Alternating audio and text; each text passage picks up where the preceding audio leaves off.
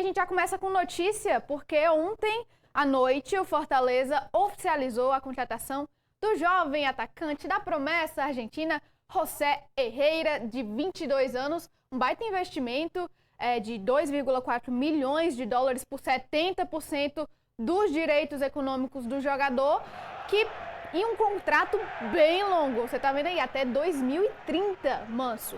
É um contrato, realmente é um investimento que o Fortaleza faz pensando, inclusive, no futuro, né? Se a gente olhar o padrão de contratações que o Fortaleza tem feito, ele tem sempre ali tentado fazer contratos mais longos, 2, 3, 4 anos. O Borreiro, por exemplo, chegou aqui também com um tempo muito considerável. E esse tipo de movimento, o Fortaleza estava fazendo com os jogadores mais velhos. Você imagina com um jogador de 22 anos como é o Herrera, né? Um atacante promissor do futebol argentino, que vem do Argentino Júnior. Então tem muito potencial a crescer e o Fortaleza acredita nisso, tanto é que faz esse contrato até 2030. O Siddhartha me ajudou aqui, o Borreiro vai até 28, então só corrobora com aquilo que a gente vinha falando sobre o padrão de contratações. Então era uma posição que o Fortaleza já buscava há um tempo, um jogador ali que atua principalmente pelo lado direito, né, o lado onde atua o Marinho, onde atua o Pikachu. É mais um jogador, mais uma concorrência ali para fazer frente a esses dois jogadores, né? Até porque o Fortaleza precisa de jogadores ali que entreguem um pouco mais. Talvez o Pikachu e o Marinho caíram muito de produção, oscilam bastante. Tem jogos, o Pikachu, por exemplo, fez um bom jogo contra o Santos, mas é aquela coisa ali, veio do banco de reservas, não fez um grande jogo, não faz uma grande temporada, aliás.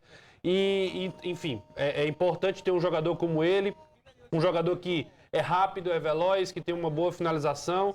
E eu comentava aqui recentemente, né? Esperar para não ser um novo Machuca, para não ser um jogador que chega, que tem muita expectativa, apesar do investimento financeiro não ser tão grande quanto o Machuca, mas acabou não dando certo. Então que não seja de fato um jogador desses que chega com muita promessa e acaba não dando certo. Caio, boa contratação? Eu acho até, você falou do Machuca, o Renato, acho que a comparação com o Machuca vale muito mais a pena do que, por exemplo, se falar do De Pietro. O De Pietro jogava num time minúsculo do Olímpio de Bahia Blanca, um time da segunda divisão da Argentina, que o Fortaleza trouxe a preço muito barato e apostando que ele pudesse evoluir jogando no Fortaleza. Sim. O Machuca já chegou aqui com o Fortaleza pagando uma bala, trazendo, referendado por ser o principal driblador do Campeonato Argentino até o momento. Eu acho que é bom. Eu vi muita gente fazendo essa comparação, acho que só baseado na idade. Mas o perfil de onde você vai buscar o De Pietro é completamente diferente de quando você vai buscar o Herrera no Argentino Júnior. Até no dia que surgiu o nome dele, eu falava que eu tinha visto alguns jogos do Argentino Júnior do Campeonato Argentino, inclusive a eliminação contra o São Lourenço. Mas quem me chamava mais a atenção era o Alan Loscano, camisa 10, o meia, do que propriamente o Herrera.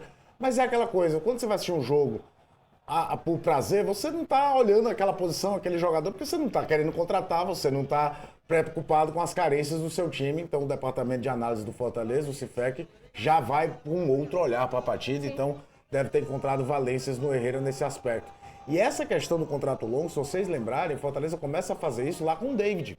Quando contrata o David lá atrás, com um contrato longuíssimo, quando o David chega em baixa de um rebaixamento pelo Cruzeiro, e acabou dando certo. É aquela ideia do eu quero ter um retorno esportivo e quero ter um retorno financeiro numa futura venda.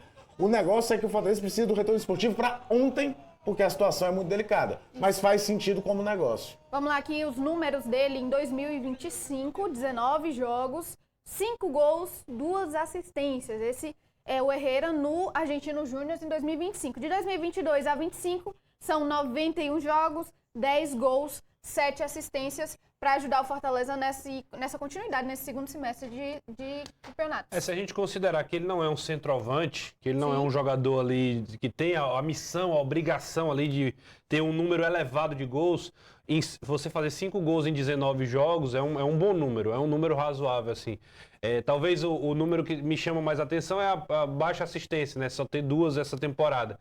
Mas aí também depende do contexto do time, não dá pra gente analisar só o número e fazer grandes definições. O fato é que é um jogador que tem valências e que chega talvez aí muito motivado para mostrar no Brasil uma praça onde talvez aproxime ali do futebol europeu mais rápido, né? De uma forma mais rápida, possa ser também uma grande janela para ele. No momento, esse é o 10º estrangeiro no Fortaleza. Então, Fortaleza já pode pensar, porque a gente lembra daquela questão da Série A, no máximo 9 estrangeiros podem estar em campo, né? Não inscritos no campeonato, mas podem só estar em campo 9 estrangeiros, esse é o 10º. E pode ter mais chegando, tá? Porque o Fortaleza tem mais 2 estrangeiros na mira. Primeiro a gente fala do paraguaio Adam Barreiro, que está no Al Rayyan do Catar, pertence ao River Plate, mas se destacou mesmo no São Lourenço. Então ele entra na mira do Fortaleza, é um jogador, Renato, que pode chegar e fazer a diferença, mas assim, é complicada a negociação também, né? Na verdade, a situação do Barreiro tá mais próxima ali de acontecer. É um jogador que talvez o Fortaleza tenha aí naquela ideia de ter mais de uma opção no banco para a posição de centroavante.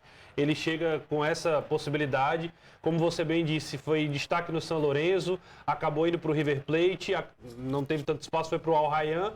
Um time que paga mais, paga melhor, mas o contrato dele lá de empréstimo encerrou e acaba se tornando um ativo do River que talvez não vá ser utilizado nesse momento, até porque a gente lembra, o River estava no Mundial, o Borja é o grande titular, tem outras opções no elenco também, o Caio acompanha o Campeonato Argentino, sabe muito bem disso, e aí fica um ativo no mercado que pode ser negociado.